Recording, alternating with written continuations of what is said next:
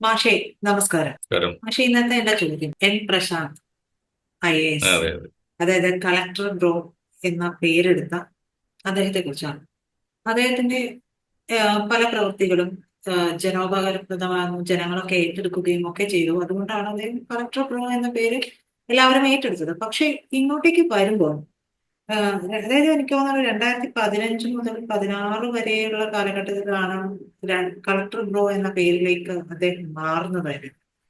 പിന്നീട് അദ്ദേഹത്തിന്റെ ഒരു കരിയർ എടുത്ത് നോക്കുമ്പോൾ ഒരു MP യെ ആക്ഷേപിക്കുന്നുണ്ട്.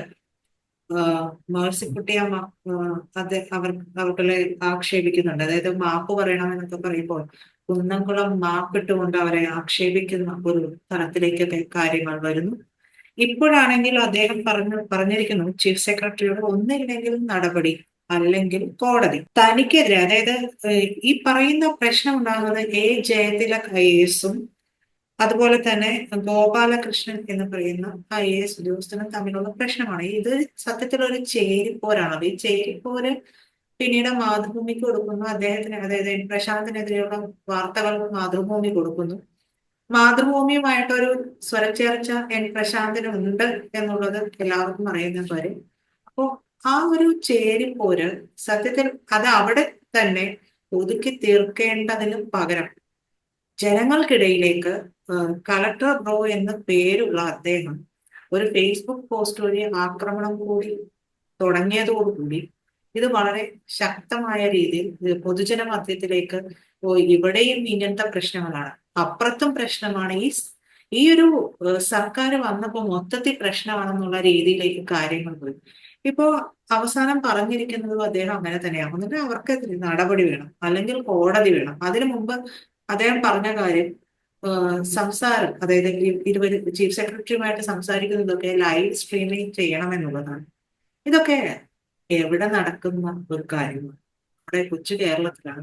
സത്യത്തിൽ മറ്റു കാര്യങ്ങളൊക്കെ വെച്ച് നോക്കുമ്പോൾ ഇതൊരു അപമാനമല്ലേ? അത് ഈ കളക്ടർ ഒന്നില്ലെങ്കിൽ മന്ത്രിയേക്കാൾ മുകളിലാണെന്ന് സ്ഥാപിക്കാൻ ശ്രമിക്കുകയാണ്. എന്താണ് ഇതിന്റെയൊക്കെ ഒരു ചുരുക്കത്തിൽ പറയാൻ, എന്താണ് ഇങ്ങനെയൊക്കെ സംഭവിക്കുന്നത്? അത് നമ്മൾ ഈ നാഴികക്ക് 40 വട്ടം പറഞ്ഞുകൊണ്ടിരിക്കുന്ന ഒരു വാക്കാണ് അച്ചടക്കം. അത് തനിക്ക് ഇഷ്ടമില്ലാത്തവരെയൊക്കെ ഒതുക്കാനും വെട്ടി നിരത്താനുമാണ് സാധാരണഗതിയിൽ രാഷ്ട്രീയക്കാര് അച്ചടക്കം അച്ചടക്കം എന്ന് പറയുക. പാർട്ടിയിലെ അച്ചടക്കം ഈ ഭരണകൂടത്തിൽ ഇരുന്നുകൊണ്ട് തന്നിഷ്ടപ്രകാരം പ്രവർത്തിക്കാനും അത് നല്ലതോ ചീത്തയോ ആയ സ്വന്തം ലക്ഷ്യങ്ങൾ നടപ്പാക്കാനും ഉള്ളതാണ് യഥാർത്ഥത്തിൽ ഭരണകൂടം എന്ന് പറയുന്നത്. ആ ഭരണകൂടത്തെ അവരുടെ ലക്ഷ്യപൂർത്തീകരണത്തിന് വേണ്ടി സഹായിക്കാനുള്ള ഏജൻസിയാണ് ഈ എക്സിക്യൂട്ടീവ് ഉദ്യോഗസ്ഥന്മാര്, ചീഫ് സെക്രട്ടറി തൊട്ടുള്ള സെക്രട്ടറിമാര്, ജില്ലാ കലക്ടർമാര്, IAS-കാര്, IPS-കാരൊക്കെ അതിനുള്ളതാണ്. അവർക്ക് കൃത്യമായ അച്ചടക്കം എന്നത് ഒരു ഗവേണൻസിന് വളരെ അത്യാവശ്യമുള്ള കാര്യമാണ്.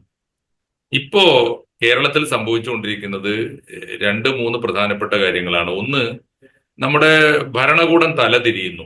തെരഞ്ഞെടുക്കപ്പെട്ടവനായിരിക്കണം എപ്പോഴും ഭരണകൂടത്തിന്റെ തലപ്പത്ത്. അവരുടെ നയപരിപാടികളായിരിക്കണം നടപ്പാക്കേണ്ടത്. ഉദ്യോഗസ്ഥന്മാർ എഴുതി തരുന്ന വാറോലകൾ എന്തായിരുന്നാലും അതിനെ മറികടക്കാനാണ് നമ്മുടെ തെരഞ്ഞെടുക്കപ്പെട്ട ഗവൺമെന്റുകൾ എന്ന് പറയുന്നത്. ഇപ്പൊ ഉദാഹരണത്തിന് എപ്പോഴും എനിക്ക് എത്രയോ ഉദാഹരണങ്ങൾ കേരളത്തിൽ പറയാറുണ്ട്. പണ്ടൊരു ട്രാൻസ്പോർട്ട് മന്ത്രിയുടെ കാലത്ത് ഉദ്യോഗസ്ഥന്മാര് ഏഹ്, ഉദ്യോഗസ്ഥന്മാർ ഒരു ജീവിതകാലം മുഴുവൻ കാല് ഒരു ആക്സിഡന്റിൽ കാല് നഷ്ടപ്പെട്ടിട്ട് വലിയ പ്ലാന്ററും എസ്റ്റേറ്റ് ഉടമയൊക്കെ ആയ ഒരാൾക്ക് വിദേശത്ത് പോയി കൃത്രിമ കാല് വെച്ചു വന്നിട്ട് ആ കാലുകൊണ്ട് നന്നായി വണ്ടി ഓടിക്കാൻ പറ്റുകയും സ്വന്തം ഉടമസ്ഥതയിലുള്ള 6-7 കാറുകൾ ഉള്ളപ്പോഴും ഒന്നും ഉപയോഗിക്കാനുള്ള ലൈസൻസ് അദ്ദേഹത്തിന് കൊടുത്തില്ല. ഒടുവിൽ അന്നത്തെ ട്രാൻസ്പോർട്ട് മന്ത്രിയുടെ മുമ്പിൽ ഒരു അപേക്ഷയുമായി ഇദ്ദേഹം വന്ന് പറഞ്ഞു, എനിക്ക് വണ്ടി ഓടിക്കാൻ എനിക്ക് സാധിക്കുമെന്ന് കോൺഫിഡൻസ് ഉണ്ടെങ്കിൽ, അത് ഞാൻ ഡിപ്പാർട്ട്മെന്റിനെ പ്രൂവ് ചെയ്ത് കഴിഞ്ഞാൽ, എന്റെ സുരക്ഷ എനിക്ക് നല്ല ഉറപ്പാണെങ്കിൽ എന്തുകൊണ്ടാണ് എനിക്ക് ലൈസൻസ് തരാത്തത് എന്ന് ചോദിച്ചപ്പോ ഉദ്യോഗസ്ഥന്മാര്, ട്രാൻസ്പോർട്ട് കമ്മീഷണർ വരെയുള്ള ഉദ്യോഗസ്ഥന്മാർ പറഞ്ഞു കൊടുക്കാൻ പാടില്ല, കൃത്രിമ കാല് വെച്ച ഒരാൾക്ക് എങ്ങനെയാണ് ലൈസൻസ് കൊടുക്കുന്നത്. പക്ഷേ അതിനെ മറികടന്നിട്ട് അന്നത്തെ ട്രാൻസ്പോർട്ട് മന്ത്രി ഉത്തരവിട്ടു, സ്പെഷ്യൽ ഓർഡർ ഇട്ടു. എന്നിട്ട് അദ്ദേഹം പറഞ്ഞൊരു മറുപടി ഉണ്ട്. അതിന് വലിയ വലിയ ചോദ്യങ്ങൾ നിയമസഭയിൽ വന്നപ്പോൾ അദ്ദേഹം പറഞ്ഞത്, കാല് രണ്ടും ഉള്ളവർക്ക് ലൈസൻസ് കൊടുക്കാൻ ഉദ്യോഗസ്ഥൻ മതി, താനൊക്കെ മതിയിടവും. മറിച്ച് കാലില്ലാത്തവൻ ലൈസൻസ് കൊടുക്കാനാണ് എന്നെപ്പോലുള്ള മനുഷ്യന്മാർ അവിടെ തെരഞ്ഞെടുക്കപ്പെട്ടു വന്നിരിക്കുന്നത് എന്നാണ് പറഞ്ഞത്. ഞാൻ പറഞ്ഞത്, ഇങ്ങനെ അന്തിമമായി തീരുമാനമെടുക്കുന്നത് ഏത് ബ്യൂറോക്രസിയെയും മറികടന്നുകൊണ്ട് ജനങ്ങൾക്ക് വേണ്ടി തീരുമാനമെടുക്കാൻ കഴിഞ്ഞിരുന്ന രാഷ്ട്രീയ നേതൃത്വം ഉള്ള കാലത്ത്, അവർക്ക് ഇച്ഛാശക്തിയുള്ള കാലത്ത് ഈ ഉദ്യോഗസ്ഥന്മാരെ പേടിക്കേണ്ടി വന്നിരുന്നില്ല. മാത്രമല്ല ഉദ്യോഗസ്ഥന്മാരുടെ അഴിമതിയെ കണ്ടുപിടിച്ച് നടപടിയെടുക്കാനുള്ള വിശുദ്ധിയും അവർക്കുണ്ടായിരുന്നു. ഈ രണ്ട് കാര്യങ്ങളും ഇല്ലാതായപ്പോ എന്ന് പറഞ്ഞാൽ ഭരണശേഷി ഇല്ലാതെ പോവുകയും ധനാർത്ഥിയും അഴിമതിയും കൂടുകയും ചെയ്തപ്പോൾ, ഇത് രണ്ടും കൂടിയപ്പോ സംഭവിക്കുന്നത്, ഇത് രണ്ട് കാര്യത്തിലും ഇവരെ പേടിക്കേണ്ടതുണ്ട്. ഒന്ന്, നാട് ഭരിക്കണമെങ്കിൽ ഉദ്യോഗസ്ഥന്മാർക്ക് പാദസേവ ചെയ്തേ പറ്റൂ, അവരെ വണങ്ങിയേ പറ്റൂ. രണ്ട്, ഉദ്യോഗസ്ഥന്മാരെക്കാൾ അഴിമതിക്കാരായി രാഷ്ട്രീയക്കാർ വന്നപ്പോൾ അവരെ പേടിച്ചേ പറ്റൂ. അപ്പൊ ഉദ്യോഗസ്ഥന്മാരെ വണങ്ങിയും ഭയപ്പെട്ടും മുന്നോട്ട് പോകുന്ന ഒരു രാഷ്ട്രീയ നേതൃത്വം ഉള്ളതാണ് ഇന്നത്തെ നമ്മുടെ ദുര്യോഗം. ഇനി ഈ ഉദ്യോഗസ്ഥന്മാര് എങ്ങനെയാണ് രക്ഷപ്പെടുന്നത്? ഉദ്യോഗസ്ഥന്മാർ പണ്ട് രക്ഷപ്പെട്ടിരുന്നത്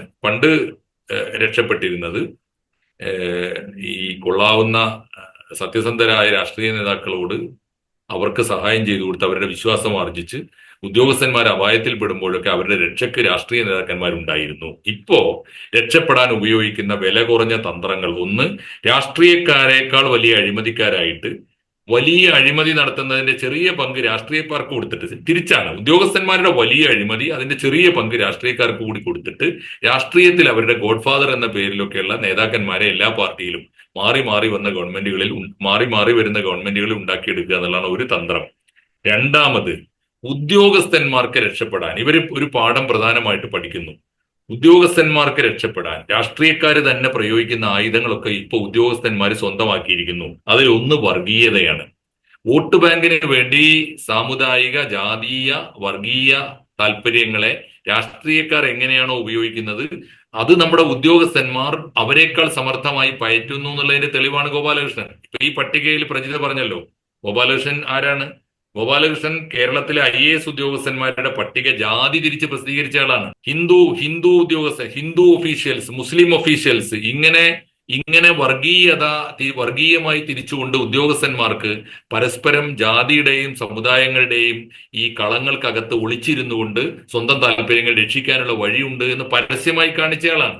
അദ്ദേഹത്തെ ഒന്നും ഈ സിവിൽ സർവീസിന്റെ 7 അയലത്ത് പിന്നെ അടുപ്പിക്കാൻ പാടില്ലാത്തതാണ്. അതിവേഗത്തിലല്ലേ തിരിച്ചു വന്നത്? ആലോചിച്ച് നോക്കൂ, എത്ര വേഗത്തിലാണ് അയാൾ തിരിച്ചു വന്നത്. ഒന്ന്. അപ്പൊ ഒന്നാമത്തെ കാര്യം,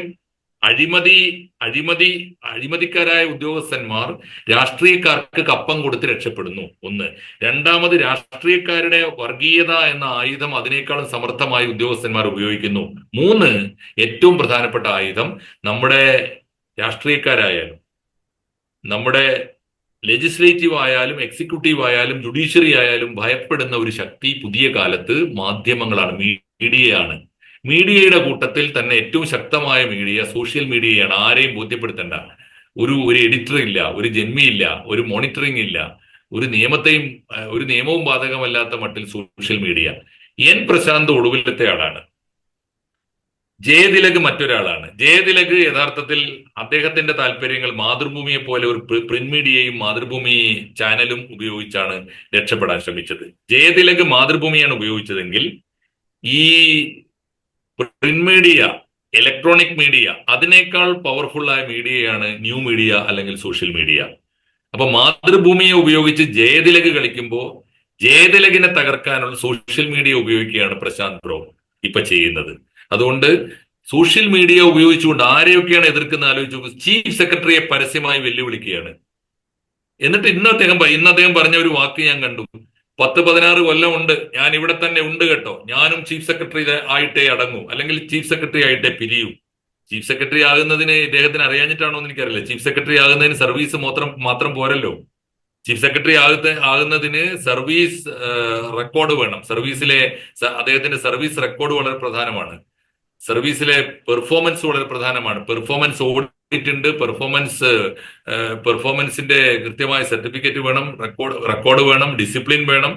അപ്പോൾ ഇതൊക്കെ വേണമെന്ന് അറിയാവുന്ന ഒരാൾ ഇതൊന്നും എനിക്ക് ബാധകമല്ല, ഞാൻ 10-16 കൊല്ലത്തിനുള്ളിൽ നീ ഇരിക്കുന്ന കസേരയിൽ, ശാരദാ മുരളീധരന്റെ ആക്ഷേപിച്ചുകൊണ്ട് പറയുകയാണ്, നിങ്ങളിരിക്കുന്ന കസേരയിൽ ഞാനിരിക്കും, അപ്പോൾ കാണിച്ചു തരാം എന്ന് പറയാണ്. മാത്രമല്ല, നിങ്ങളിപ്പോ ജയതിലകിനോട് കാണിച്ചത് മാതൃഭൂമിയെ പേടിച്ച്, ജയതിലകിനെ പിന്തുണച്ചത് മാതൃഭൂമിയെ പേടിച്ചിട്ടാണെങ്കിൽ, നിങ്ങൾ ഗോപാലകൃഷ്ണനെ പിന്തുണച്ചത് വർഗീയതയെ പേടിച്ചിട്ടാണെങ്കിൽ, ഞാനിതാ സോഷ്യൽ മീഡിയ ഉപയോഗിച്ച് നിന്നെയൊക്കെ അടിച്ചോളാം.